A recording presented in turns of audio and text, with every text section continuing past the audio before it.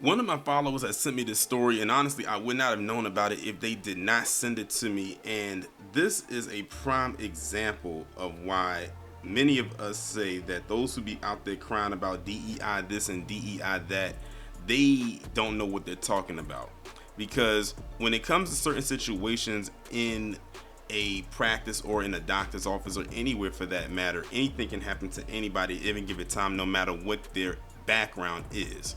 Which brings us to this story right here involving this doctor who should be fired if he hasn't been fired already, whose name is Thomas Shaknovsky. And that last name, I keep telling y'all about them last names that tells the tale. Out of Florida, who was under heavy scrutiny, and deservedly so, because this man basically committed malpractice on one of his patients. Basically what happened is this guy was coming in for a surgery that was supposed to be on his spleen, and this doctor, who I don't know where he got his doctorate degree from and the lack of knowing the anatomy, ended up removing his liver instead of the spleen, causing this man to lose his life. And now his wife, and rightfully so, is suing him, and I believe probably the hospital that he works for. So I'm gonna go ahead now and read the article that actually came out today on September 3rd, 2024. Dr. Thomas Shaknovsky allegedly mistakenly removed William Bryan's liver during a surgery meant for the spleen. The error caused catastrophic blood loss, resulting in Bryan's death at Ascension Sacred Heart Emerald Coast Hospital. William Bryan's wife has sued the hospital for her husband's death. Thomas Shaknovsky, a general surgeon at Ascension Sacred Heart Emerald Coast Hospital, allegedly made a fatal surgical error in August after mistakenly removing the liver of a 70-year-old patient from Alabama during a scheduled splenectomy, leading to the patient's death. The patient, William Bryan, was visiting their rental property in Okaloosa County along with his family when he began experiencing severe pain in the stomach. He was admitted to Shaknovsky's hospital after an abnormality of the spleen was found. Bryan and his family were convinced by Shaknovsky and Dr. Christopher Bacani, the hospital's chief medical officer, that immediate surgery was necessary. During the hand-assisted procedure, Shaknovsky allegedly erroneously removed Bryan's liver instead of the spleen. Now, we have to know that the spleen and the liver are two different pieces of the anatomy within the human body.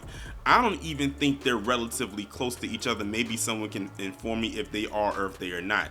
But someone who went to medical school to become a doctor and a surgeon should know the difference between the liver and the spleen, no matter where they're located in the body.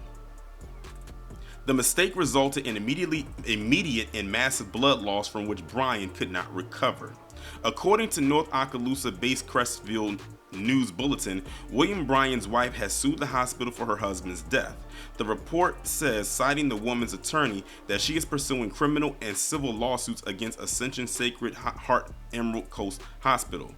The Bryans claim that Shaknovsky mistakenly identified the removed liver as the spleen, telling them that it was severely diseased and had enlarged to 4 times its normal size, even migrating to the other side of the body. It was only after Bryan's death that the error was discovered. While the liver had been mistakenly removed, the spleen was still in the patient's body, which is what he was there to get removed. That is absolutely wild. That is crazy.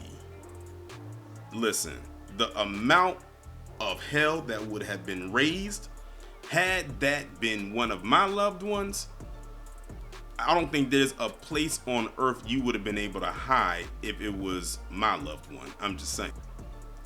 And then to make matters worse of this whole situation, turns out this is not Thomas's first ride at the rodeo of removing the wrong organ, because according to another article that I found in 2023, which was last year, it says he mistakenly, quote unquote, and those are my quotes, removed a portion of a patient's pancreas instead of performing the intended adrenal gland resection. So this guy has a history of doing this going back to last year. And I don't know what the situation that occurred with that particular patient, but it sounds to me like that patient might have survived. I don't know what the outcome of it was.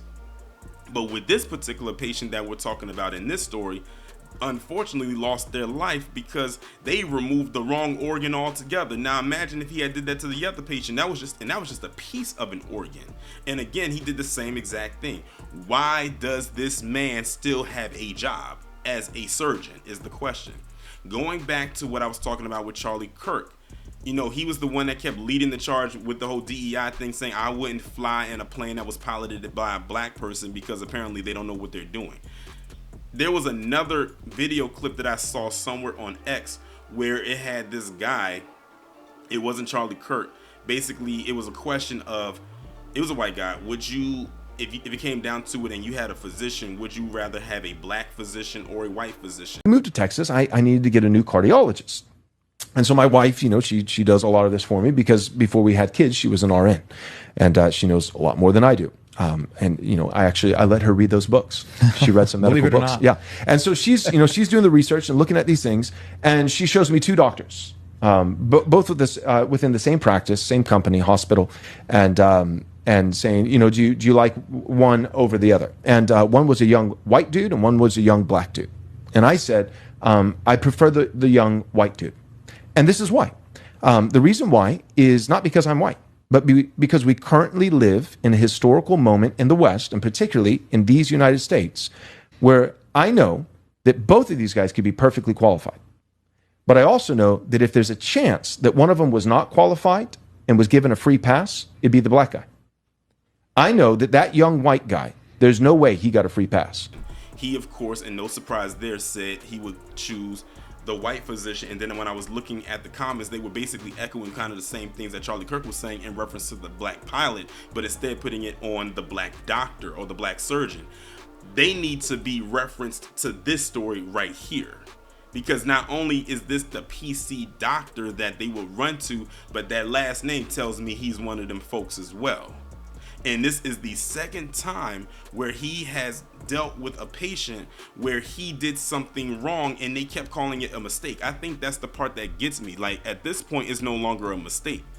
How do you remove a whole organ that you were not supposed to remove? And the organ that you were supposed to remove was still in the deceased body when they examined him. Like, imagine going in there for a routine surgery and you're not making it out because of the negligence of the person that you trusted. Doctors and surgeons should be some of the most trusted people on the planet because your life is literally in their hands. They are getting paid thousands on top of thousands of dollars monthly doing these things. They did so many years of schooling that, of course, mounted up to thousands of dollars as well to learn the human body and the anatomy and which is which and how each body part functions. And if it came down to it, when you had to remove something, where is it? How do you remove it? And if it needs the transplant, how to put a new one in and all of that good stuff and everything else that I'm not too privy of. And this guy right here messed up not once, but twice and still has a job.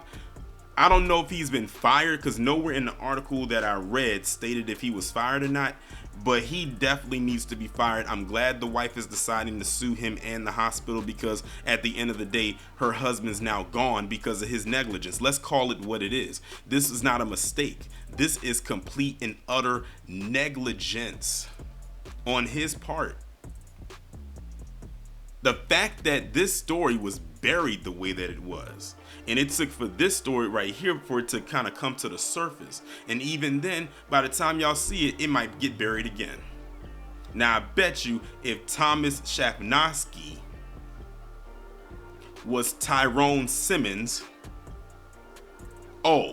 Tyrone would have been everywhere. With the first story, if the stories played out the same exact way with the one last year, that it would have been everywhere, all over the place.